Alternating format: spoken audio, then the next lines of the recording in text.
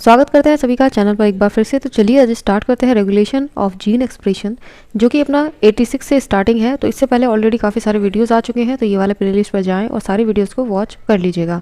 तो चलिए स्टार्ट करते हैं question number 86। Regulation of gene expression occur at the level of. अब कौन कौन से लेवल यहाँ पर देखने को मिलते हैं जब यहाँ पर आपका रेगुलेशन ऑफ जीन एक्सप्रेशन आता है, ठीक है, यानी कि एक्सप्रेशन आपका चल रहा होता है। तो यहाँ पर ट्रांसक्रिप्शन, ट्रांसलेशन, प्रोसेसिंग और स्पाइलिंग आपको देखने को मिलता है। यहाँ पर ऑल ऑफ दिस आपका आंसर रहेगा। देखिए, जब कभी भी यहाँ पर फॉर्मेशन हो रहा होता है आपके प्राइमरी ट्रांसक्रिप्ट का, तो यहाँ पर आपका ट्रांसक्रिप्शन लेवल आपको देखने को मिलता है। उसके अकॉर्डिंग यहाँ पर जो प्रोसेसिंग होती है आपकी स्पाइलिंग की, टर्मिनल एडिशन, मॉडिफिकेशन की, वो आपको देखने को मिलती है। ट्रांसपोर्ट हो रहा होता है आपका आपके mRNA में। तो यहाँ पर होता है क्या है कि न्यूक्लियस से आपका जो साइटोप्लाज्म होता है, यहाँ पर कह सकते हैं कि साइटोप्लाज्म में जो न्यूक्लियस है वहाँ पर आपका ट्रांसपोर्ट होता है आपके mRNA का, ठीक है। देन यहाँ पर आपका कह सकते हैं कि ट्रांसलेशन हो जाता है लेवल का। तो ऑल ऑफ दीज आपका आंसर यहाँ पर राइट रहेगा। Question number 87, during expression of an operon RNA polymerase bind to, किससे बंधा हुआ होता है? आपके प्रमोटर से बंधा हुआ होता है, ठीक है, ध्यान रखेंगे। Next question, question number 88। तो देखिए यहाँ पर आपको पूछा है the sequence of structural gene LAC, जिसे आप लैक ऑपेरॉन कहते हैं। तो यहाँ पर कौन कौन से लैक ऑपेरॉन कंसिस्ट होते हैं जो कि स्ट्रक्चरल जीन है, जैसे कि lac Z, lac Y, lac A, यहाँ पर आप इसे कह सकते हैं। तो आंसर रहेगा आपका D, lac Z, lac Y और लैक A, ठीक है। ये तीन आपके क्या होते हैं? स्ट्रक्चरल जीन होते हैं जो कि ऑपेरॉन में कंसिस्ट करते हैं।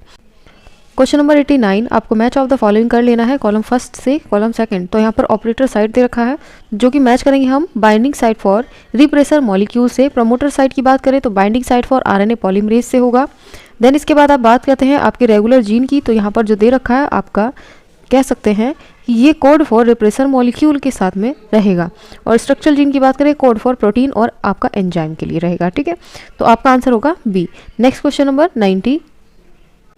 Question number 90, the given figure show lac operon and its functioning. Select the option correctly level A, B, X, Y, Z. ठीक है, आपको A दे रखा है, B, X, Y, Z। तो ये आपके क्या है? ऑप्शन दे रखे हैं जो कि आपको बताने हैं कि ये आपके लैक ऑपेरॉन में क्या फंक्शनिंग करते हैं। तो चलिए एक एक करके बात करते हैं। हमने सबसे पहले A की, तो A को हम कह सकते हैं यहाँ पर कि ये आपका क्या है? एक तरीके का रिप्रेसर है, ठीक है, जिसे आप यहाँ पर देख पा रहे होंगे। तो ये एक तरीके का क्या कह सकते हैं? इसे हम रिप्रेसर कह सकते हैं।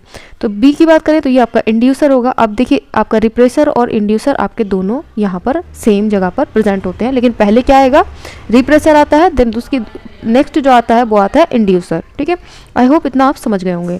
देन उसके बाद यहाँ पर देखिए एक्स और वाई और जेड की बात करें तो ये आपका रहेगा बीटा, ठीक है, बीटा ग्लैक्टोसाइडेज जिसे आप कहते हैं। और वाई की बात करें तो आप यहाँ पर कह सकते हैं इसे परमियस। देन यहाँ पर आपका जो जेड बचा है इस जेड को कहेंगे ट्रांसेक्टाइलेज, ठीक है, ट्रांसेक्टाइलेज। तो आंसर रहेगा आपका A. Question number next, question number 91, which of the following can not act a inducer. अब यहाँ पर पूछा है कौन सा यहाँ पर एक्ट करता नहीं है आपका इंड्यूसर की तरह। तो सबसे पहले तो आपको पता होना चाहिए जो लैक्टोस होते हैं वो सब्सट्रेट करते हैं आपके एंजाइम बीटा गैलेक्टोसाइड को और रेगुलेट स्विच ऑन कर देते हैं और स्विच ऑफ करते हैं ऑपेरॉन का, ठीक है, जिसे हम कह सकते हैं कि act as a inducer. Answer होगा आपका डी, यानी कि यहाँ पर ग्लूकोज और यहाँ पर आपका गैलेक्टोज, ठीक है, ये आपके क्या है? इंड्यूसर नहीं है, आपसे पूछा गया था। और जो इंड्यूसर अगर पूछा गया इंड्यूसर कौन है तो वो है आपका लैक्टोज, ठीक है। चलिए next question number 92। Question number 92, inducible operon system usually occur in pathway. तो किस तरीके का पाथवे होता है? कैटाबॉलिक पाथवे होगा, हमेशा ध्यान रखेंगे। न्यूट्रिएंट मॉलिक्यूल सर्व एज, किसकी तरह? यहाँ पर सर्व करते हैं आपके इंड्यूसर की तरह। To stimulate production of enzyme necessary for their breakdown, ठीक है। Gene for inducible operon are usually switch off कर देते हैं, ठीक है। And repressor is synthesize in a active form, ठीक है। तो किस फॉर्म में आ जाएगा आपका? यहाँ पर जो रिप्रेसर होगा वो आपका एक्टिव फॉर्म में आ जाता है। आंसर होगा सी। Question number next 93। तो 93 भी आपको इसी तरीके से क्या करना है? फिलअप करना है। तो चलिए एक एक करके फिलअप करते हैं। Repressible operon system is usually found in pathway. किस तरीके का पाथवे होता है? आपका एनाबॉलिक पाथवे होता है। Then the pathway end produce serve as a, किस तरीके का हो? Corepressor to active the repressor, ठीक है। आपका क्या होगा? यहाँ पर प्रोड्यूस करेगा आपका कोरप्रेसर जो कि एक्टिव करता है रिप्रेसर को। Turn off enzyme synthesis and prevent over production of the end product of the, आगे नेक्स्ट देखते हैं, पाथवे, ठीक है। देन उसके बाद the gene of this operon are usually switch on करेगा एंड रिप्रेसर सिंथेसाइज कर देगा आपका इनएक्टिव फॉर्म में, ध्यान रखेंगे। आंसर होगा ए। क्वेश्चन नंबर नेक्स्ट 94 आपको मैच कर लेना है 94 में। तो ये आपका कॉलम फर्स्ट है, कॉलम सेकंड है, तो आंसर आपका रहेगा यहाँ पर ए। ठीक है, आप इसको मैच कर लीजिएगा। तो अगला आपका स्टार्ट करते हैं ह्यूमन जीनोम प्रोजेक्ट से। Human genome consist of approximately, तो देखिए यहाँ पर ह्यूमन जीनोम यहाँ पर 3.1647 million nucleotide base pairs present होते हैं, जिसको हम अगर चाहे तो 3 इंटू 10⁹ बीपी में भी लिख सकते हैं। और बीपी आपका क्या है, यहाँ पर बेस पेयर है, जिसे आप न्यूक्लियोटाइड बेस पेयर भी कह सकते हैं। आंसर होगा A. Question number 96। Question number 96, estimate number of gene in human being. अगर एक एस्टिमेट लगाया जाए आपके नंबर ऑफ जीन का ह्यूमंस में, तो आप किसको कैलकुलेट करके आप कितना लिख सकते हैं। देखिए, जब नंबर ऑफ जीन की बात करते हैं तो यहाँ पर 20,500 आप इसे कह सकते हैं। ठीक है, आप यहाँ पर गड़बड़ ये नहीं करेंगे।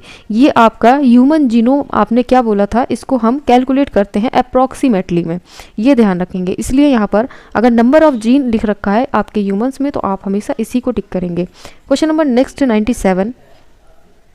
Question number 97, which of the following statement regard human genome is incorrect. Incorrect आपसे पूछा है, चलिए देखते हैं। Human genome consist of 3 into 10⁹ BP, तो ये आपका ट्रू है, एंड अबाउट 20,500 जीन, तो ये आपका ट्रू है। अभी हमने दोनों क्वेश्चंस आपने यहाँ पर कंप्लीट किए इसी के regarding. The average gene size is 3000 BP and dystrophin is large non human gene, तो ये भी आपका ट्रू रहेगा। सी की बात करते हैं। क्रोमोसोम 1 कंटेन मैक्सिमम नंबर आपके जीन ले रखे हैं यहाँ पर 2968। ठीक है, and Y chromosome has the at least 231 number of gene, ये भी आपका ट्रू है, इसको आप याद कर लीजिएगा अच्छे से। देन रिपीटेड और यहाँ पर repetitive sequence are not present in human genome, तो ये आपका रहेगा रॉन्ग। ठीक है, तो यानी कि हमें आपको बताना था कि जो इनकरेक्ट है according to your human genome के अकॉर्डिंग। ठीक है, तो ये आपका आंसर रहेगा ट्रू, यानी कि हम ऑप्शन को करेंगे राइट, डी। चलिए next question number 98। Question number 98, select the option that correctly fill the blank first to fourth. ठीक है, तो चलिए स्टार्ट करते हैं। Less than of genome present structure gene that code for protein, आपका देखिए 2% से लेस होना चाहिए, ये आप ध्यान रखेंगे। नेक्स्ट क्वेश्चन आपका यहाँ पर दे रखा है ऑप्शन में, तो chemical substance that bind with repressor and convert it into non DNA binding state is, किसमें, यहाँ पर इंड्यूसर में, ध्यान रखिएगा ये भी। In prokaryote during replication RNA primer is remove by, किसके थ्रू, यहाँ पर पॉलीमरेज डीएनए के थ्रू, ये भी ध्यान रखें। और पॉलीमरेज फर्स्ट डीएनए होना चाहिए आपका, ये आपको हमेशा ध्यान रखना है। ठीक है, फर्स्ट और सेकंड में कभी भी यहाँ पर कंफ्यूज नहीं रहना है। Then where is eukaryote is remove by, किसके थ्रू रिमूव हो जाता है, यहाँ पर कह सकते हैं कि डीएनए पॉलीमरेज बीटा के थ्रू यहाँ पर क्या होता है, रिमूव हो जाता है। ठीक है, तो आंसर होगा आपका यहाँ पर सी। आपका 2% इंड्यूसर डीएनए पॉलीमरेज फर्स्ट और देन डीएनए पॉलीमरेज बीटा। ठीक है, ये आप ध्यान रखेंगे। क्वेश्चन नंबर नेक्स्ट, आप question number 99, arrange the various step of the DNA fingerprinting technique in the correct order. तो करेक्ट ऑर्डर में आपको लगाना है। तो सबसे पहले transfer the separated DNA fragment to the nitrocellulose membrane आपका यहाँ पर आएगा। देन उसके बाद आप digestion of DNA by the restriction endonuclease आपका आएगा। देन यहाँ पर सेपरेशन हो जाएगा आपके DNA fragment by the electrophoresis के अकॉर्डिंग। देन यहाँ पर आप कह सकते हैं आइसोलेशन होता है डीएनए में। उसके बाद आपका यहाँ पर हाइब्रिडाइजेशन हो जाता है लेबल्ड BNTR प्रोब में। ठीक है, लास्ट आपका रहेगा यहाँ पर detection of hybridized DNA fragment by autoradiography. ठीक है, आंसर है आपका A. Question number next, question number 100, match of the following कर लेना है आपको। यहाँ पर साइंटिस्ट और डिस्कवर क्या किया था वो बताना है। ठीक है, एलेक्स जेफरीज ने यहाँ पर एनोटेड डीएनए सीक्वेंस बताया।